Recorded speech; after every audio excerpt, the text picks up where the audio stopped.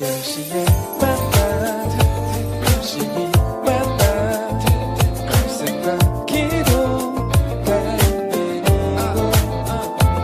오전에 10시 오후도 10시 모든 분 모두 함께해요. 네, 반갑습니다. 4월 24일 금요일, 오늘도 성경 겉핥기 열심히 달려가 봅시다. 자, 모세오경은 이제 복습 안 할 거예요. 어제 여호수아 했죠. 여호수아. 자, 여호수아 두 가지로 나눌 수 있다고 그랬어요. 뭐죠? 정복 그리고 땅 분배. 그렇죠. 정복, 많은 왕들을, 많은 땅들을 이제 정복하는 그 이야기가 쭉 나온다 그랬죠. 그래서 여리고성, 아이성 이제 막 정복하는데 이제 31왕을 정복한, 그래서 베스킬라임 31. 네. 네, 그 이후에 이제 땅 분배를 하는데 두 명이 개인적으로 땅을 받았다 그랬죠. 갈렙과 여호수아. 그래서 두 정탐꾼, 12정탐꾼 중에 두 정탐꾼, 진실을 말하고 하나님을 진정으로 믿었던 그 정탐꾼들은 개인적으로 땅을 받았다라는 걸 기억하면 좋을 것 같아요. 그리고 여호수아가 마지막에 고별 설교할 때 뭐라고 했었죠?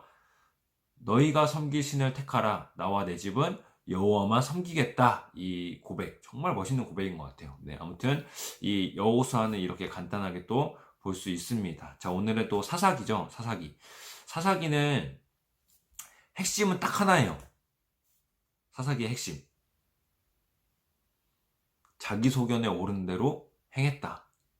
그래서 두 번째 보면은 그때에는 이스라엘에 왕이 없었으므로 사람이 각기 자기의 소견에 오른 대로 행하였더라.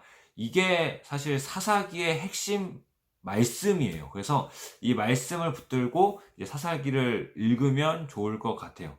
자, 그래서 여기서도 사사기에서도 두 개로 나뉠 수 있어요. 하나는 사사들, 12사사들, 그리고 두 번째는 자기 소견. 사실 자기 소견 안에 이 사사들이 다 포함이 되지만 두 가지로 일부러 나눈 거예요. 알겠죠? 자, 12사사에서는 12명의 사사들이 쭉 나와요. 그 중에 여자는 몇 명일까요? 한 명이에요. 네. 그리고 자기 소견에 오른 대로 행했다라는 것들을 이제 쭉 볼 수 있는데, 사사기에서 또 이제 자기 소견 말고 사사들이 나오는 그 이야기에서 핵심은 이제 이거예요. 계속 톱니바퀴처럼 돈다라는 거예요. 맨 처음에 이스라엘 백성들이 죄를 지어요. 우상숭배를 해요. 그래서 다른 이방 나라로 하나님께서 심판을 하셔요. 그러니까 이스라엘 백성들을 하나님께서 구원하시기 위해서 사사를 보내세요.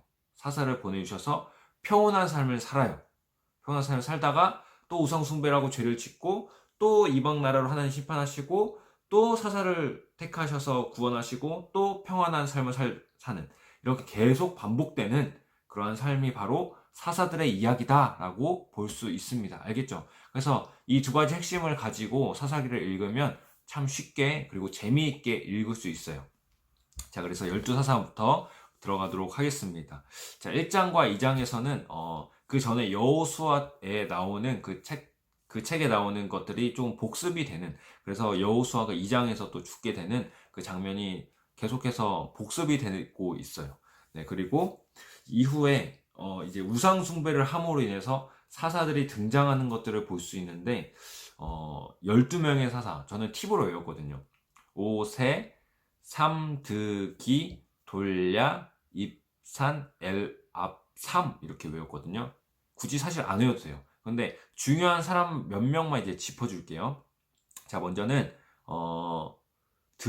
드보라는 왜 유일한 여자 사사이기 때문에 그냥 한번 드보라라는 사람이 있다. 그래서 외국 이름 중에 데보라 많잖아요. 데보라. 그래서 드보라. 네. 그리고 기드온, 6장부터 나오는 기드온이라는 사람 우리가 많이 알고 있어요. 자, 기드온은 이제 하나님께서 맨 처음에 부르실 때 어떻게 보면은 저는 못하겠습니다, 이렇게 모세처럼 이야기를 했어요. 왜냐하면 사실 두려움이 많잖아요. 하나님께서 부르실 때 그렇게 두려움이 있기 때문에 하나님께 이렇게 맨 처음엔 거절했지만, 그럼에도 하나님 저를 선택하셨다면 기적을 한번 보여주세요 해서 기적을 요청해서 기적을 하나님께서 보여주심으로 인해서 이제 하나님의 그 말씀에 순종해서 그 이스라엘이 이끄는 장면을 보게 돼요. 그런데 참 웃긴 게 기드온 하면은 뭐 몇 명이 생각나죠? 기드온의 300용사가 생각나요. 맨 처음에 32,000명을 하나님께서 부르셔서 그 사람들이 이제 전쟁에 나가려고 준비했는데 하나님께서 너무 많다. 그래서 많이 계속 돌려보냈어요. 계속 돌려보니까 남은 사람이 300명이었어요.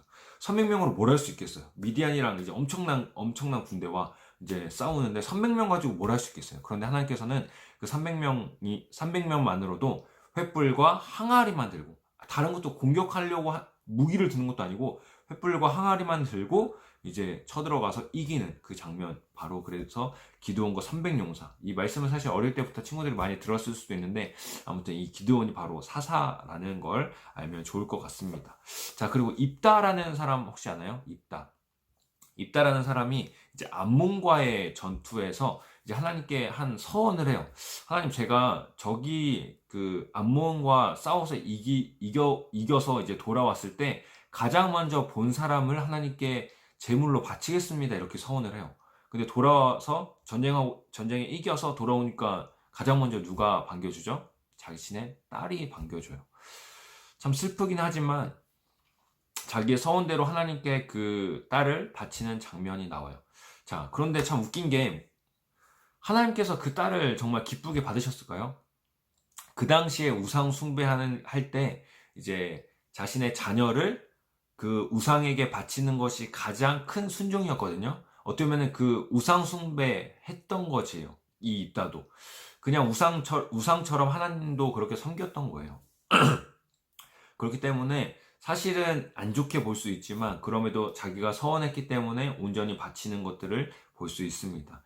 그 당시에 우상 숭배를 그렇게 했다, 그렇게 많이 했다, 그래서 하나님도 그렇게 섬겼다라는 걸, 그 당시 그렇게 악한 시대였다는 걸 볼 수 있습니다.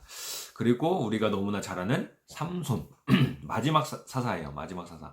그래서 삼손이 나오는데, 삼사는 잘 알죠? 힘센, 너무나 힘센. 근데 단 한 가지 약점이 있었어요. 뭘 자르면 안 되죠? 머리카락을 자르면 안 돼요. 근데 마지막에 들릴라 때문에 이제 유혹받아서 계속해서 거짓말 하다가 진실을 말하고 머리카락이 잘리고 이제 끌려가죠. 두 눈이 뽑히고, 이제 그런데 마지막에 이제 자기가 죽기 전에 기둥 팍 밀면서 함께 3,000명을 죽이면서 같이 죽는 그러한 장면을 볼 수 있습니다. 자, 아무튼 이렇게 사사들을 끝내고 컨디션이 안 좋나 봐요. 아무튼 두 번째, 자기 소견. 정말 이 말씀 17장 6절과 21장 25절 맨 마지막 절인데, 이거를 한번 읽어보면 사사기의 시대는 이랬구나 라는 걸 알 수 있어요. 그래서 첫 번째 미가의 신상, 두 번째 단 지파 이야기, 세 번째 이렇게 베냐민 지파 사건이 있는데, 시간상 다른 것들 언급하지 않고 베냐민 지파 이야기만 잠깐 해줄게요.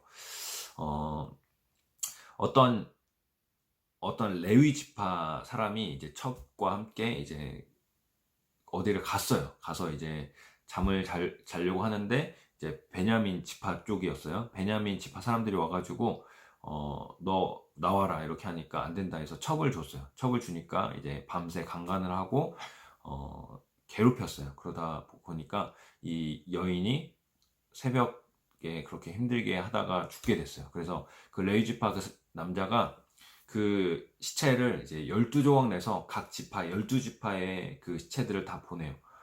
그래서 이제 그 12지파 사람들 그 사건을 알게 되고, 사람들이 다 모여서 이제 베냐민 지파를 다 치자 이렇게 해요.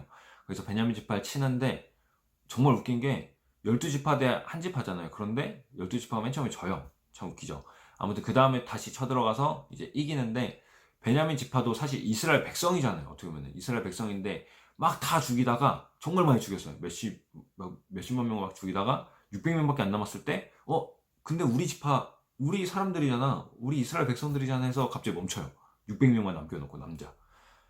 정말 웃기죠. 네. 아무튼 이 600명만 남아서 엄청 다시 작은 지파가 되는데, 이 뒤에 보면은 사무엘상이 또 있거든요. 사무엘상에서 사울이 이 베냐민 지파예요. 베냐민 지파인데, 그 선지자 누구죠? 갑자기 사무엘상이라고 그랬는데 사무엘이 생각이 안 났어요. 네, 이 사무엘을 통해서 사울을 왕으로 맨 처음에 세우실 때 사울이 이렇게 얘기를 해요. 저는 베냐민 지파 중에서도 가장 작은 그런 집안입니다. 이렇게 얘기를 해요. 정말 작은, 어떻게 보면 다른 데는 몇만 명, 몇십만 명 있는데, 이 베냐민 지파는 지금 600명밖에 없죠, 남자가. 그렇기 때문에 엄청 작죠. 그런데 그 중에서도 가장 작은 가정, 집안인 왜 우리 가정 그리고 또 나를 선택하셨습니까? 라는 이야기를 하는 걸 볼 수 있어요. 아무튼 그 베냐민 지파가 이렇게 어떤 악한 일을 행했기 때문에 이런 일이 생겼다라는 걸 이 사사기를 통해 볼 수 있습니다. 그래서 사사기의 핵심은 뭐다? 두 가지. 12사사들 그리고 자기소견. 그때는 이스라엘 왕이 없었으므로 사람이 각기 자기의 소견에 옳은 대로 행하였더라. 자기소견. 그래서 이 두 가지를 붙잡고 이 사사기를 읽으면 더 재미있고 더 이해하면서 읽을 수 있습니다. 알겠죠? 자, 우리 금요일도 파이팅 잘 보내고 우리 또 내일 토요일 만나요. 안녕.